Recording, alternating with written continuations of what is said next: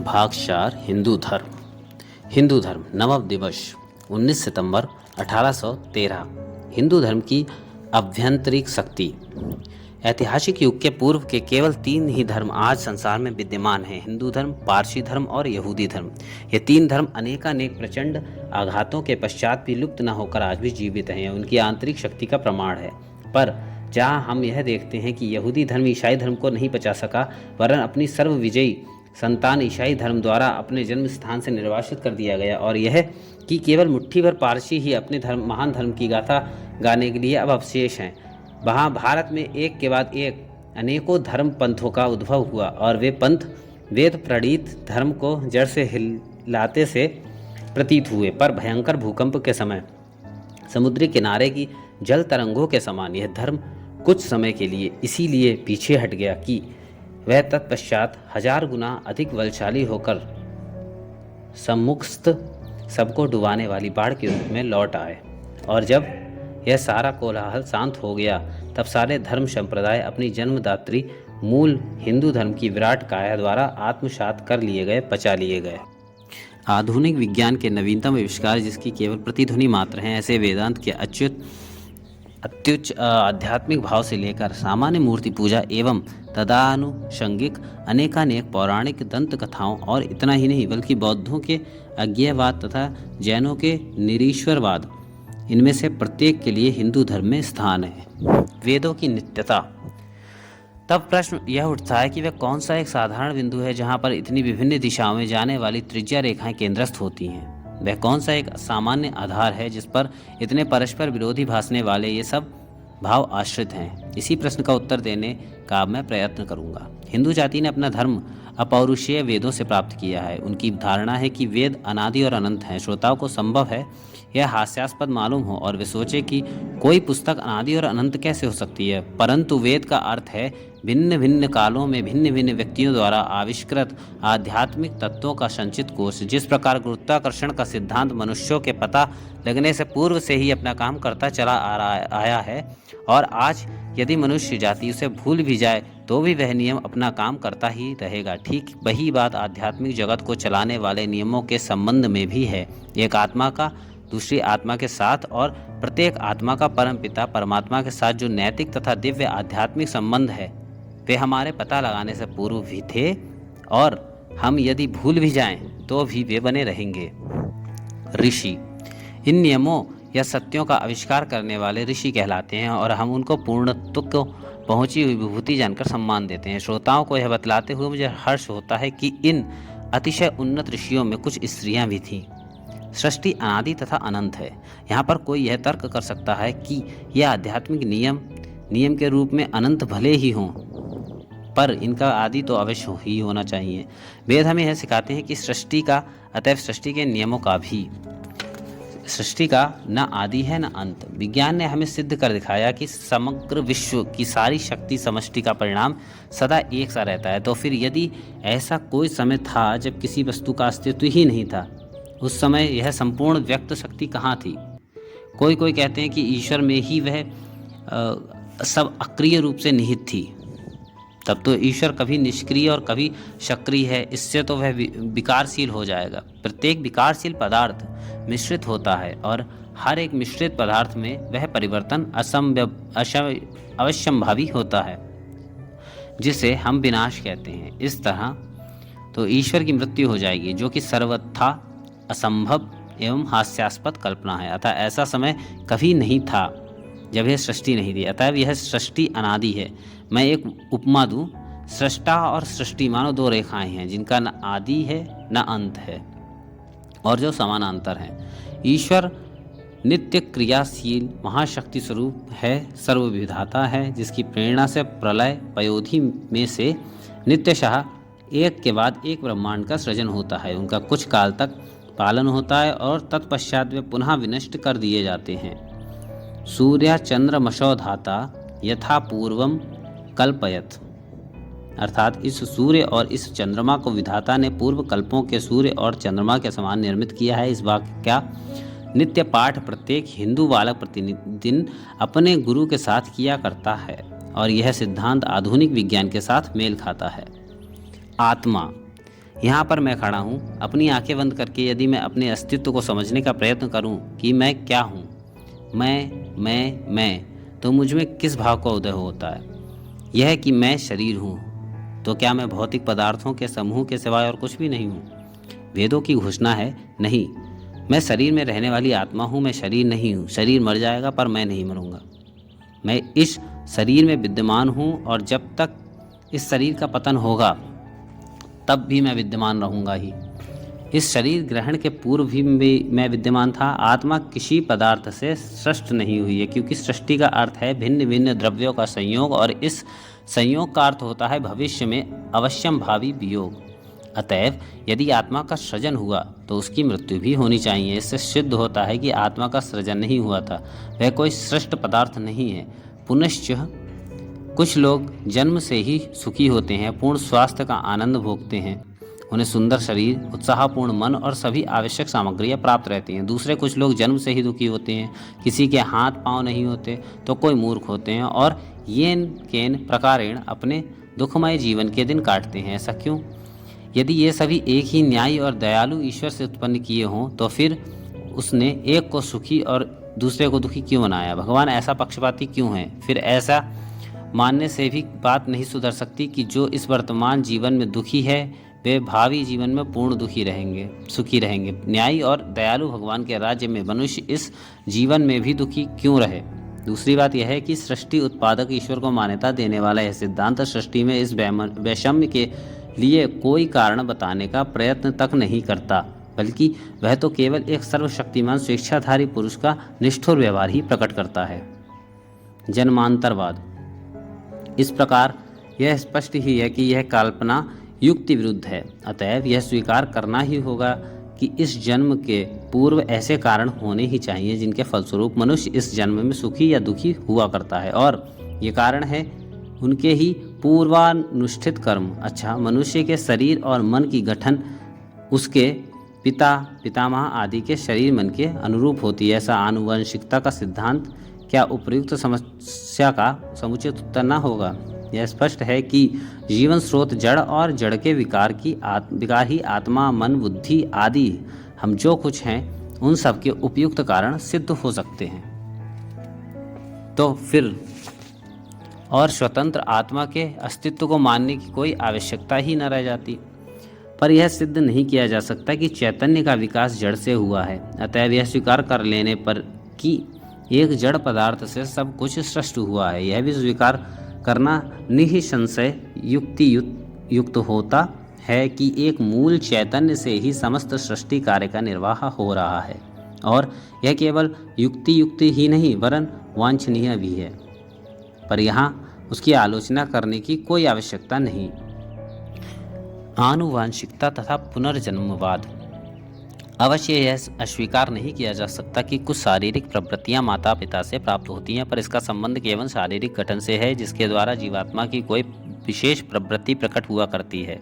उसकी इस प्रवृत्ति विशेष का कारण उसी के पूर्व कर्म हुआ करते हैं। एक विशेष प्रवृत्ति वाला जीवात्मा योग्येन युज्यते, इस नियमानुसार उसी शरीर में जन्म ग्रहण करता है जो उस प्रवृत्ति के प्रकट करने के लिए सबसे उपयुक्त आधार हो। यह पूर्णतया विज्ञान संगत है, क्योंकि विज्ञान कहता है कि प्रकृति या स्वभाव अभ्यास से बनता है और अभ्यास बारंबार अनुष्ठान का फल है। इस प्रकार एक नवजात बालक की स्वाभाविक प्रवृत्तियों का कारण बताने के लिए पुनः पुनः अनुष्ठित पूर्व कर्मों को मानना आवश्यक हो जाता है, और चूंकि वर्तमान जीवन में इस स्वभाव की प्राप्ति नहीं की गई, इसलिए वह पूर्व जीवन से ही उसे प्राप्त हुआ है।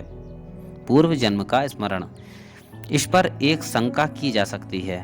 अच्छा, ये सभी बातें तो मान ली गई, पर यह कैसी बात है कि मेरे पूर्व जन्म की कोई बात मुझे स्मरण नहीं है? इसका समाधान सरल है। मैं अभी अंग्रेजी बोल रहा हूँ, यह मेरी मातृभाषा नहीं है। सच पूछो तो इस समय मेरी मातृभाषा का कोई भी शब्द मेरे चित्त में उपस्थित नहीं है, पर उन शब्दों को सामने लाने का थोड़ा प्रयत्न करते ही वे मेरे मन में उमड़ पड़ते हैं। इससे यही सिद्ध होता है कि मान समुद्र की सतह पर जो कुछ रहता है वही हमें बोधगम्य हुआ करता है, और भीतर उसकी गहराई में हमारी समस्त अनुभव राशि निहित रहती है। केवल प्रयत्न तथा उद्यम पूर्वक मंथन करने की आवश्यकता है। वे सारे अनुभव ऊपरी सतह पर उठ जाएंगे और पूर्व जन्मों की स्मृति जाग उठेगी।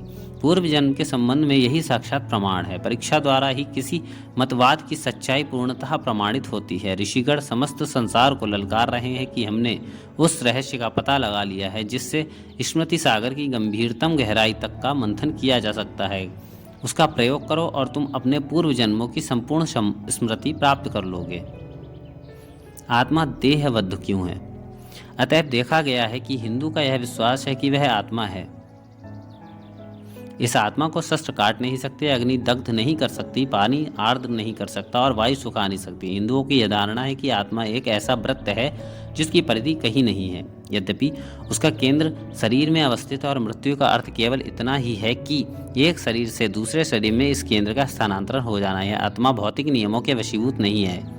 वह स्वरूपतः नित्य शुद्ध बद्ध मुक्त स्वभाव है, परंतु किसी अचिंत्य कारण से वह अपने को जड़ से बंधी हुई पाती है और अपने को जड़ ही समझने लगती है। अब प्रश्न यह है कि यह विशुद्ध पूर्ण और विमुक्त आत्मा इस प्रकार जड़ का दासत्व क्यों करती है?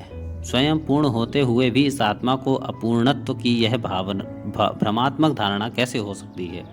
हमें यह बताया जाता है कि हिंदू लोग इस प्रश्न से किनारा कैसे लेते हैं और कह देते हैं कि ऐसा प्रश्न पूछा ही नहीं जा सकता। कुछ पंडित लोग आत्मा और जीव दोनों के बीच में कुछ पूर्ण प्राय सत्ताओं के अस्तित्व की कल्पना कर लेते हैं और उन्हें अनेक विधि बड़ी बड़ी वैज्ञानिक संज्ञाएं दे देते हैं, परंतु केवल नाम दे देने से ही मीमांसा नहीं हो जाती। प्रश्न ज्यों का त्यों ही बना रहता है। जो पूर्ण है उसकी पूर्णता किसी भी तरह या किसी भी अंश में कैसे कम हो सकती है? जो नित्य शुद्ध बद्ध मुक्त स्वभाव है उसका उस स्वभाव या अणुमात्र भी व्यक्तिक्रम कैसे हो सकता है? पर हिंदू सत्य का निष्कपट पुजारी है। वह मिथ्या तर्क युक्ति का सहारा नहीं लेना चाहता। वह सत्यनिष्ठ की तरह इस प्रश्न का सामना करने का साहस रखता है और इस प्रश्न का उत्तर देता है, मैं नहीं जानता।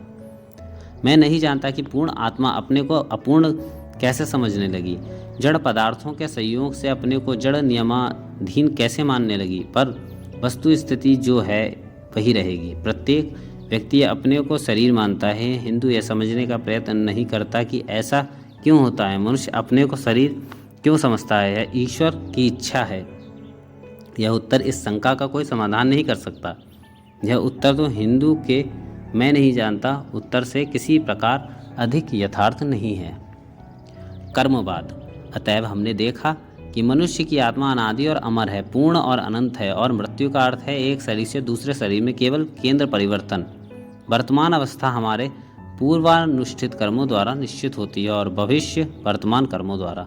आत्मा जन्म और मृत्यु के चक्र में लगातार घूमती हुई कभी ऊपर उठती है, कभी नीचे आती है। पर यहाँ एक दूसरा प्रश्न उठता है, क्या मनुष्य एक छोटी सी नौका के समान है जो प्रचंड तूफान में पड़कर एक क्षण किसी वेगवान तरंग के फेनिल शिखर पर चढ़ जाती है और दूसरे क्षण भयानक गड्ढे में नीचे ढकेल दी जाती है? मनुष्य क्या इस प्रकार अपने अच्छे और बुरे कर्मों के नितांत परवश को हो केवल इधर उधर भटकता फिरता है? क्या वह कार्य कारण के सतत प्रभावी श्रवम कश भीषण तथा गर्जनशील प्रभाव में पड़ा हुआ शक्तिहीन निस्सहाय नगण्य जीव मात्र है? क्या वह उच्च कर्म चक्र के नीचे पड़ा हुआ है, एक क्षुद्र कीटाणु है जो पतिशोक से व्याकुल विधवा के आंसुओं तथा अनाथ बालक की आहों की तनिक भी परवाह न करते हुए अपने मार्ग में आने वाली सभी वस्तुओं को कुचल डालता है? इस प्रकार के विचार से अंतःकरण कांप उठता है। पर प्रकृति का नियम तो यही है, तो फिर क्या कोई आशा ही नहीं है? इससे बचने का कोई मार्ग नहीं है? यही करुण पुकार निराशा विहल हृदय के अंत स्थल से ऊपर उठी और उस करुणा निधान विश्व पिता के सिंहासन तक जा पहुंची। वहां से आशा तथा सांत्वना की वाणी निकली और एक वैदिक ऋषि के अंतःकरण में प्रेरणा रूप में आविर्भूत हुई। ईश्वर शक्ति द्वारा अनुप्राणित इस महर्षि ने संसार के सामने खड़े होकर घन गंभीर स्वर से इस आनंद संदेश की घोषणा की, शृण्वन्तु विश्वे अमृतस्य पुत्रा आये धामानि दिव्यानि तत्स्थु वेदाहमेतं पुरुषं महान्तं आदित्यवर्णं तमसः परस्तात् तमेव विदित्वा अतिमृत्युमेति नान्यः पंथा विद्यते अयनाय। हे अमृत के पुत्रगण, हे दिव्य धामवासी देवगण, सुनो, मैंने उस अनादि पुरातन पुरुष को पहचान लिया है जो समस्त अज्ञान, अंधकार और माया के परे है। केवल उस पुरुष को जानकर ही तुम मनुष्य मृत्यु के चक्कर से छूट सकते हो, दूसरा कोई पथ नहीं है। हे अमृत के पुत्रगण, कैसा मधुर और आशाजनक संबोधन है यह। बंधुओं, इसी मधुर नाम से मुझे तुम्हें पुकारने दो। हे अमृत के अधिकारी गण, सचमुच हिंदू तुम्हें पापी कहना अस्वीकार करता है। तुम तो ईश्वर की संतान हो, अमर आनंद के भागीदार हो, पवित्र और पूर्ण आत्मा हो। तुम इस मृत्यु भूमि पर देवता हो। तुम भला पापी, मनुष्य को पापी कहना ही पाप है। वह मानव स्वभाव पर घोर लांछन है। उठो, आओ ए सिंहो, इस मिथ्या भ्रम को झटक कर दूर फेंक दो कि तुम भेड़ हो।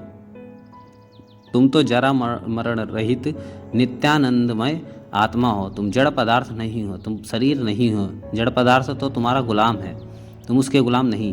अतः वेद ऐसी घोषणा नहीं करते कि यह सृष्टि व्यापार कतिपय भयावह, निर्दय अथवा निर्मम विधानों का प्रवाह है, और ना ही यही कि वह कार्य कारण का एक अच्छेद्य बंधन है, परन वे यह घोषित करते हैं कि इन सब प्राकृतिक नियमों के मूल में, प्रत्येक अणु परमाणु में तथा शक्ति के प्रत्येक स्पंदन में ओतप्रोत वही एक पुराण पुरुष विराजमान है, जिसके आदेश से वायु चलती है, अग्नि दहकती है, बादल बरसते हैं और मृत्यु पृथ्वी पर इतस्तः नाचती है। ये कठोपनिषद का श्लोक भी है, उसका अर्थ है आगे। और उस पुरुष का स्वरूप क्या है? वह सर्वव्यापी, शुद्ध, निराकार, सर्वशक्तिमान है। सब पर उसकी पूर्ण दया है। तू हमारा पिता है, तू हमारी माता है, तू हमारा परम प्रेमास्पद सखा है। तू ही सभी शक्तियों का मूल है, हमें शक्ति दे। तू ही इन अखिल भुवनों का भार वहन करने वाला है। तू मुझे इस जीवन के क्षुद्र भार को वहन करने में सहायता दे। वैदिक ऋषियों ने यही गाया है। हम उसकी पूजा किस प्रकार करें? प्रेम द्वारा ही उसकी पूजा की जा सकती है। ऐहिक तथा पारत्रिक समस्त प्रिय वस्तुओं से भी अधिक प्रिय जानकर उस परम प्रेमास्पद की पूजा करनी चाहिए। वेद हमें शुद्ध प्रेम के संबंध में इस प्रकार की शिक्षा देते हैं। अब यह देखा जाए कि भगवान श्री कृष्ण ने, जिन्हें हिंदू लोग पृथ्वी पर ईश्वर का पूर्णावतार मानते हैं, इस प्रेम के पूर्ण विकास की साधना के संबंध में हमें क्या उपदेश दिया है। उन्होंने कहा है कि मनुष्य को इस संसार में पद्मपत्र की तरह रहना चाहिए। पद्मपत्र जैसे पानी में रहकर भी उससे नहीं भीगता, उसी प्रकार मनुष्य को भी संसार में रहना चाहिए। उसका हृदय ईश्वर की ओर लगा रहे और उसके हाथ निर्लिप्त भाव से कर्म करने में लगे रहे। अहेतुकी भक्ति, इहलोक या परलोक में पुरस्कार की प्रत्याशा से ईश्वर से प्रेम करना बुरी बात नहीं, पर केवल प्रेम के लिए ही ईश्वर से प्रेम करना सबसे अच्छा है और उसके निकट यही प्रार्थना करना उचित है कि न धनम न जनम न च सुंदरीम कवितांबा जगदीश कामे मम जन्मनि जन्मनीश्वरे भवतात भक्तिर हेतुकी त्वयि। हे भगवान, मुझे ना तो संपत्ति चाहिए, न संतति, न विद्या। यदि तेरी इच्छा है तो सहस्त्रों बार जन्म मृत्यु के चक्र में पड़ूंगा, पर हे प्रभु, केवल इतना ही दे कि मैं फल की आशा छोड़कर तेरी भक्ति करूं। केवल प्रेम के लिए ही तुझ पर मेरा निस्वार्थ प्रेम हो। भगवान श्री कृष्ण के शिष्य धर्मराज युधिष्ठिर उस समय भारत के सम्राट थे। उनके शत्रुओं ने उन्हें राज सिंहासन से च्युत कर दिया था और उन्हें अपनी साम्राज्ञी के साथ हिमाचल के जंगल में आश्रय लेना पड़ा था। वहाँ एक दिन साम्राज्ञी ने उनसे प्रश्न किया, नाथ, आप इतने धार्मिक हैं कि लोग आपको धर्मराज कहते हैं, परंतु ऐसा होते हुए भी आपको इतना दुख क्यों सहना पड़ता है? युधिष्ठिर ने उत्तर दिया, महारानी देखो, यह हिमालय कैसा भव्य और सुंदर है। मैं इस पर प्रेम करता हूँ। यह मुझे कुछ नहीं देता, पर मेरा स्वभाव ही ऐसा है कि मैं भव्य और सुंदर वस्तु पर प्रेम करता हूँ और इसी कारण मैं उस पर प्रेम करता हूँ। उसी प्रकार मैं ईश्वर पर प्रेम करता हूँ। वह अखिल सौंदर्य, समस्त सुषमा का मूल है। वही एक ऐसा पात्र है जिस पर प्रेम करना चाहिए। उस पर प्रेम करना मेरा स्वभाव है और इसीलिए मैं उस पर प्रेम करता हूँ। मैं किसी बात के लिए उससे प्रार्थना नहीं करता, मैं उससे कोई वस्तु नहीं मांगता। उसकी जहाँ इच्छा हो मुझे रखे। मैं तो सब अवस्थाओं में केवल प्रेम के लिए ही उस पर प्रेम करना चाहता हूँ। मैं प्रेम में सौदा नहीं कर सकता। वेद कहते हैं कि आत्मा ब्रह्म स्वरूप है। वह केवल पंचभूतों के बंधनों में बंध गई है और उन बंधनों के टूटने पर वह अपने पूर्व के पूर्णत्व को प्राप्त हो जाएगी। इस अवस्था का नाम मुक्ति है, जिसका अर्थ है स्वाधीनता, अपूर्णता, जन्म मृत्यु आदि व्याधि से छुटकारा। आत्मा का यह बंधन केवल ईश्वर की दया से ही टूट सकता है और उसकी दया शुद्ध पवित्र स्वभाव वाले लोगों को ही प्राप्त होती है। अतएव पवित्रता ही उसके अनुग्रह की प्राप्ति का उपाय है। जब उसकी कृपा होती है तब शुद्ध और पवित्र हृदय में वह आविर्भूत होता है। विशुद्ध और निर्मल मनुष्य इसी जीवन में ईश्वर दर्शन प्राप्त कर कृतार्थ हो जाता है। तब उसकी समस्त कुटिलता नष्ट हो जाती है, सारे संदेह दूर हो जाते हैं। तब वह कार्य कारण के भयानक नियम के हाथ का खिलौना नहीं रह जाता। यही हिंदू धर्म का मूलभूत सिद्धांत है, यही उसका असल भाव है। हिंदू शब्दों और सिद्धांतों की जाल में समय बिताना नहीं चाहता। यदि इस साधारण वैश्विक जीवन के परे और भी कोई अवस्था है, कोई अतीन्द्रिय जीवन है, तो वह उसका प्रत्यक्ष अनुभव करना चाहता है। यदि उसमें कोई आत्मा है जो जड़ वस्तु नहीं है, यदि कोई दया में सर्वव्यापी परमात्मा है, तो वह उसका साक्षात्कार कर लेना चाहता है। कारण ईश्वर के केवल प्रत्यक्ष दर्शन से ही उसकी समस्त शंकाएं दूर होंगी। अतः हिंदू ऋषि आत्मा के विषय में, ईश्वर के विषय में यही सर्वोत्तम प्रमाण देता है कि मैंने आत्मा का दर्शन किया है, मैंने ईश्वर का दर्शन दिया है, और यही पूर्णत्व की एकमात्र शर्त है। विभिन्न भिन्न मतांतरों या सिद्धांतों पर विश्वास करने के प्रयत्न हिंदू धर्म नहीं है, वरन हिंदू धर्म तो प्रत्यक्ष अनुभूति या साक्षात्कार का धर्म है। केवल विश्वास का नाम हिंदू धर्म नहीं है। हिंदू धर्म का मूल मंत्र है मैं आत्मा हूँ, यह विश्वास होना और तद्रूप बन जाना। अतः हिंदुओं की सारी साधन प्रणाली का लक्ष्य है सतत अध्यवसाय द्वारा पूर्ण बन जाना, देवता बन जाना, ईश्वर के निकट जाकर उसके दर्शन कर लेना और इस प्रकार ईश्वर सानिध्य को प्राप्त होकर उसके दर्शन कर लेना, उन सर्वलोक पिता ईश्वर के समान पूर्ण हो जाना, यही असल में हिंदू धर्म है। और जब मनुष्य पूर्णत्व को प्राप्त कर लेता है तब उसका क्या होता है? तब वह असीम आनंद का जीवन व्यतीत करता है। वह अन्य समस्त लाभों की अपेक्षा उत्कृष्ट लाभ स्वरूप परमानंद धाम ईश्वर को प्राप्त करके परम आनंद का अधिकारी हो जाता है। इस विषय में सभी हिंदू एक मत हैं। भारत के भिन्न भिन्न पंथों का इस विषय में एक ही मत है, परंतु अब बात यह है कि तुरीय अथवा निर्विकल्प अवस्था का ही नाम पूर्णावस्था है, और यह निर्विकल्प अवस्था तो एकमेव अद्वितीय और गुणातीत है, जिसमें व्यक्तित्व कदापि नहीं रह सकता। अतः जब आत्मा पूर्णत्व को इस निर्विकल्प अवस्था को प्राप्त कर लेती है, तब वह ब्रह्म के साथ एकता को प्राप्त हो जाती है तथा द्वैत ज्ञान से रहित हो जाने के कारण वह स्वयं ही सत्व स्वरूप, ज्ञान स्वरूप एवं आनंद स्वरूप हो जाती है। हम इस अवस्था के विषय में किन्हीं पाश्चात्य दार्शनिकों के ग्रंथों में बारंबार पढ़ा करते हैं कि मनुष्य अपने व्यक्तित्व को खोकर जड़ता प्राप्त करता है या पत्थर के समान बन जाता है। इससे उन पंडितों की अनभिज्ञता ही दिख पड़ती है, क्योंकि जिन्हें चोट कभी नहीं लगी है वे ही चोट के दाग की ओर हंसी की दृष्टि से देखते हैं।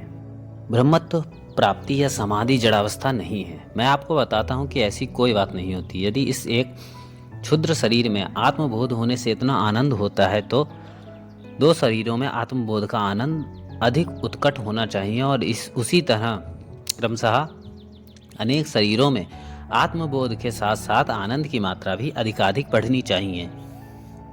और जब विश्व आत्मा का बोध हो जाएगा तो आनंद की परम अवस्था प्राप्त हो जाएगी। अतः उस असीम विश्वात्मक व्यक्तित्व की प्राप्ति के लिए इस दुखमय क्षुद्र व्यक्तित्व के बंधन का अंत होना चाहिए। जब मैं प्राण स्वरूप हो जाऊंगा तभी मृत्यु के हाथ से मेरा छुटकारा हो सकता है। जब मैं आनंद स्वरूप हो जाऊंगा तभी दुख का अंत हो सकता है। विज्ञान भी अंत में इसी सिद्धांत पर आ पहुंचा है। विज्ञान शास्त्र ने यह सिद्ध कर दिया है कि हम जो इस देह को प्रत्यक्ष और सदा एक सा मानते हैं वह भ्रम है। हमारा यह भौतिक व्यक्तित्व भ्रम मात्र है। वास्तव में इस निर्वच्छिन्न जड़ सागर में यह क्षुद्र शरीर तरंगवत सदा परिवर्तित होता रहता है, प्रतिक्षण नवीन होता रहता है, पर हमारा चैतन्यांश कभी परिवर्तनशील या भ्रमात्मक नहीं है। इसीलिए वह पूर्णतया सत्य है, और इसी कारण केवल यह अद्वैत ज्ञान ही कि मैं एक मैं अद्वितीय आत्मा हूँ एकमात्र युक्त सिद्धांत है। धर्म विज्ञान का चरम सिद्धांत अद्वैत। विज्ञान एकत्व की खोज के सिवाय और कुछ नहीं है। जो ही कोई विज्ञान शास्त्र पूर्ण एकता तक पहुंच जाएगा त्यों ही उसका और आगे बढ़ना रुक जाएगा, क्योंकि तब तो वह अपने लक्ष्य को प्राप्त कर चुकेगा। उदाहरणार्थ रसायन शास्त्र यदि एक बार उस एक मूल द्रव्य का पता लगा ले जिससे और सब द्रव्य बन सकते हैं, तो फिर वह और आगे नहीं बढ़ सकेगा। पदार्थ विज्ञान शास्त्र जब उस एक मूल शक्ति का पता लगा लेगा जिससे अन्य शक्तियां बाहर निकलती हैं, तब वह पूर्णता पर पहुंच जाएगा। वैसे ही धर्म शास्त्र भी उस समय पूर्णता को प्राप्त हो जाएगा जब वह उस मूल कारण को जान लेगा जो इस मृत्यु लोक में एकमात्र अमृत स्वरूप है, जो इस नित्य परिवर्तनशील जगत का एकमात्र अचल अटल आधार है, जो एकमात्र परमात्मा है और अन्य सब आत्माएं हैं जिसके प्रतिबिंब स्वरूप हैं। इस प्रकार अनेकेश्वरवाद, द्वैतवाद आदि में से होते हुए इस अद्वैतवाद की प्राप्ति होती है। धर्मशास्त्र इससे आगे नहीं जा सकता। यही सारे विज्ञानों का चरम लक्ष्य है। हिंदू धर्म तथा विज्ञान का सामंजस्य। सभी शास्त्र अंत में इसी सिद्धांत को पहुंचने वाले हैं। आज विज्ञान शास्त्र इस दृश्यमान जगत को सृष्टि नाम देना नहीं चाहता, वह उसे विकास मात्र कहता है। और हिंदू को बड़ी प्रसन्नता इस बात की है कि जिस सिद्धांत को वह अपने अंतःकरण में इतने दिनों से धारण किए हुए था, वही सिद्धांत आज बड़ी प्रबल भाषा में विज्ञान के अत्यंत आधुनिक प्रयोगों द्वारा अधिक स्पष्ट रूप से सिद्ध करके सिखाया जा रहा है। मूर्ति पूजा। अब हम वेदांत दर्शन के उत्तुंग शिखर से नीचे उतरकर साधारण अशिक्षित लोगों के धर्म की ओर आते हैं। प्रारंभ में मैं आपको बता देना चाहता हूं कि भारतवर्ष में अनेकेश्वरवाद नहीं है। प्रत्येक मंदिर में यदि कोई खड़ा होकर सुने तो वह यही पाएगा कि भक्तगण सर्वव्यापित्व से लेकर ईश्वर के सभी गुणों का आरोप उन मूर्तियों में करते हैं। यह अनेकेश्वरवाद नहीं है और ना इसका नाम कोई देवता विशेष का प्राधान्यवाद ही हो सकता है। गुलाब को चाहे दूसरा कोई भी नाम क्यों न दे दिया जाए, पर वह सुगंध तो वैसी ही मधुर देता रहेगा। केवल नाम ही से तो किसी वस्तु का पूरा स्पष्टीकरण नहीं हो सकता। बचपन की एक बात तो मुझे यहाँ याद आती है। एक ईसाई पादरी कुछ मनुष्यों की भीड़ जमा करके धर्मोपदेश कर रहा था। बहुत सी मज़ेदार बातों के साथ वह पादरी यह भी कह गया कि अगर मैं तुम्हारी देव मूर्ति को एक डंडा लगाऊं तो वह मेरा क्या कर सकती है। एक श्रोता ने चट चुभता सा जवाब दे डाला कि अगर मैं तुम्हारे ईश्वर को गाली दे दूं तो वह मेरा क्या कर सकता है। पादरी बोला, मरने के बाद वह तुम्हें सजा देगा। हिंदू भी तनकर बोल उठा, तुम मरोगे तब ठीक उसी तरह हमारी देव मूर्ति भी तुम्हें योग्य पुरस्कार देगी। वृक्ष अपने फलों से जाना जाता है। जब मूर्ति पूजकों में मैं ऐसे मनुष्यों को पाता हूँ जिनके चारित्र, आध्यात्मिक भाव और प्रेम अपना सानी नहीं रखते, तब तो मैं रुककर यही सोचता हूँ, क्या पाप से भी पवित्रता की उत्पत्ति हो सकती है। मूर्ति के बिना चिंतन असंभव है। अंधविश्वास मनुष्य का महान शत्रु है, पर हठधर्मी तो उससे भी बढ़कर है। अच्छा, ईश्वर यदि सर्वव्यापी है तो फिर ईसाई गिरजाघर नामक एक स्वतंत्र स्थान में उसकी आराधना के लिए क्यों जाते हैं? क्यों वे क्रॉस को इतना पवित्र मानते हैं? प्रार्थना के समय आकाश की ओर मुंह क्यों करते हैं? कैथोलिक ईसाइयों के गिरजाघरों में इतनी मूर्तियां क्यों रहा करती हैं और प्रोटेस्टेंट ईसाइयों के हृदय में प्रार्थना के समय इतनी भावमयी मूर्तियां क्यों रहा करती हैं? मेरे भाइयों, मन में किसी मूर्ति के बिना आए कुछ सोच सकना उतना ही असंभव है जितना कि श्वास लिए बिना जीवित रहना। स्मृति की उद्दीपक भाव परंपरा के अनुसार जड़ मूर्ति के दर्शन से मानसिक भाव विशेष का उद्दीपन होने से तदनुरूप मूर्ति विशेष का भी आविर्भाव होता है। इसीलिए तो हिंदू आराधना के समय बाह्य प्रतीक का उपयोग करता है। वह आपको बतलाएगा कि यह ब्रह्म प्रतीक उसके मन को अपने ध्यान के विषय परमेश्वर में एकाग्रता से चित्त रहने में सहायता देता है। वह भी यह बात उतनी ही अच्छी तरह से जानता है जितना कि आप जानते हैं कि वह मूर्ति ना तो ईश्वर ही है और ना सर्वव्यापी ही।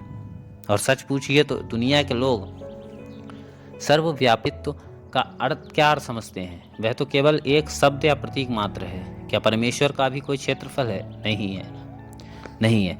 तो भी जिस समय हम सर्वव्यापी शब्द का उच्चारण करते हैं उस समय विस्तृत आकाश या विशाल भूमि खंड की ही कल्पना अपने मन में लाने के सिवाय हम और क्या करते हैं? तात्पर्य यह है कि अपनी मानसिक प्रकृति के नियमानुसार हमें अपने अनंत तत्व की भावना को नील आकाश या अपार समुद्र की कल्पना से संबद्ध करना पड़ता है। उसी तरह हम पवित्रता के भाव को अपने स्वभावानुसार गिरजाघर, मस्जिद या क्रॉस से जोड़ लेते हैं। हिंदू लोग पवित्रता, नित्यत्व, सर्वव्यापित्व आदि आदि भावों का संबंध विभिन्न देव मूर्तियों से जोड़ते अवश्य हैं, पर अंतर यह है कि जहां अन्य लोग अपना सारा जीवन किसी गिरजाघर की मूर्ति की भक्ति में ही बिता देते हैं और उससे आगे नहीं बढ़ते, क्योंकि उनके लिए तो धर्म का अर्थ यही है कि कुछ विशिष्ट सिद्धांतों को वे अपनी बुद्धि द्वारा स्वीकृत कर लें और अपने मानव भाइयों की भलाई करते रहें। वहाँ एक हिंदू की सारी धर्म भावना प्रत्यक्ष अनुभूति या साक्षात्कार में केंद्रीभूत हुआ करती है। मनुष्य को ईश्वर का साक्षात्कार करके स्वयं ईश्वर बनना है। मूर्तियाँ, मंदिर, गिरजाघर या शास्त्र ग्रंथ तो धर्म जीवन की बाल्यावस्था में केवल आधार या सहायक मात्र हैं, पर उसे तो उत्तरोत्तर उन्नति ही करनी चाहिए। मूर्ति पूजा नीचे की सीढ़ी है। साधक को कहीं पर रुकना नहीं चाहिए। वेदों का वाक्य है कि वाह्य पूजा या मूर्ति पूजा सबसे नीचे की अवस्था है। आगे बढ़ने का प्रयास करते समय मानसिक प्रार्थना साधना की दूसरी अवस्था है, और सबसे उच्च अवस्था तो वह है जब परमेश्वर का साक्षात्कार हो जाए। देखो, वही अनुरागी साधक जो पहले मूर्ति के सामने झुककर पूजा प्रणाम आदि में मग्न रहता था, अब ज्ञान लाभ के पश्चात क्या कह रहा है? सूर्य उस परमात्मा को प्रकाशित नहीं कर सकता, वह चंद्रमा या तारागण ही, वह विद्युत प्रभा भी परमेश्वर को उद्भाषित नहीं कर सकती, तब इस सामान्य अग्नि की बात ही क्या? ये सभी उसी परमेश्वर के कारण प्रकाशित होते हैं। वह साधक बाह्य मूर्ति पूजा से अतीत हो चुका है, पर अन्य धर्मावलंबियों की तरह वह मूर्ति पूजा को गाली नहीं देता और ना उसे पाप का मूल ही बताता है। वह तो उसे जीवन की एक आवश्यक अवस्था जानकर उसको स्वीकार करता है। बाल्य ही यौवनादि का जन्मदाता है, तो क्या किसी वृद्ध पुरुष का अपने बचपन या युवावस्था को पाप या बुरा कहना उचित होगा? परंतु मूर्ति पूजा भ्रमात्मक नहीं है।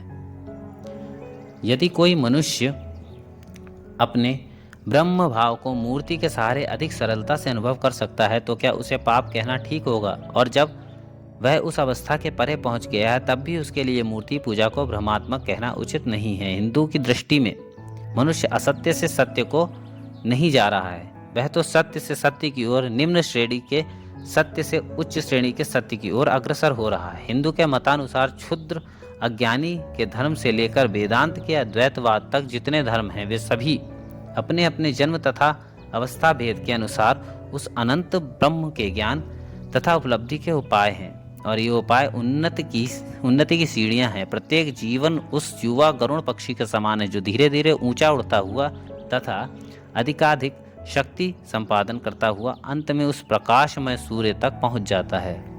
विभिन्नता में एकता, यही तो प्रकृति की रचना है, और हिंदुओं ने इसे भली भांति पहचाना है। अन्य धर्मों में कुछ निर्दिष्ट मतवाद विधिवत कर दिए गए हैं और सारे समाज को उन्हें मानना अनिवार्य कर दिया जाता है। वे तो समाज के सामने केवल एक ही नाप की कमीज रख देते हैं, जो राम श्याम हरि सबके शरीर में जबरदस्ती ठीक होनी चाहिए, और यदि वह कमीज राम या श्याम के शरीर में ठीक नहीं बैठती, तो उसे बिना कमीज के ही नंगे बदन रहना होगा। हिंदुओं ने यह जान लिया है कि निरपेक्ष ब्रह्म तत्व की उपलब्धि, धारणा या प्रकाश केवल सापेक्ष के सहारे ही हो सकता है, और मूर्तियाँ, क्रॉस या चांद तो केवल आध्यात्मिक उन्नति के सहायक रूप हैं। वे मानो बहुत सी खूंटियाँ हैं जिनमें धार्मिक भावनाएं अटकाई जाती हैं। ऐसी बात नहीं है कि प्रत्येक के लिए इन साधनों की आवश्यकता हो, पर बहुतों के लिए तो ये आवश्यक हुआ करते हैं, और जिनको अपने लिए इन साधनों की आवश्यकता की सहायता नहीं रहती, उन्हें यह कहने का कोई अधिकार नहीं कि इन साधनों का आश्रय लेना अनुचित है। हिंदू तथा ईसाई धर्मों में भेद। यहाँ एक बात बतला देना आवश्यक है कि भारतवर्ष में मूर्ति पूजा कोई भयावह या जघन्य बात नहीं है। वह व्यभिचार की जननी नहीं है, वरन वह तो अविकसित मन के लिए उच्च आध्यात्मिक भाव को ग्रहण करने का उपाय है। अवश्य हिंदुओं के बहुतेरे दोष हैं, पर यह ध्यान रखिए कि उनके वे दोष अपने शरीर को दंड देने तक ही सीमित हैं। वे कभी अन्य धर्मावलंबियों का गला काटने नहीं जाते। एक धर्मांध हिंदू भले ही चिता पर अपने आप को जला डाले, पर वह विधर्मियों को जलाने के लिए अग्नि कभी भी प्रज्वलित नहीं करेगा, जैसा कि यूरोप में इनक्विजिशन के ज़माने में ईसाइयों ने किया था। फिर भी इस बात के लिए उसका धर्म इससे अधिक दोषी नहीं समझा जा सकता जितना कि डाइनों को जलाने का दोष ईसाई धर्म पर मढ़ा जा सकता है। हिंदू धर्म की उदारता। अतः हिंदुओं की दृष्टि में समस्त धर्म जगत भिन्न भिन्न रुचि वाले स्त्री पुरुषों का विभिन्न अवस्थाओं एवं परिस्थितियों में से होते हुए ईश्वर लाभ के उस एक ही लक्ष्य की ओर यात्रा करना है, अग्रसर होना है।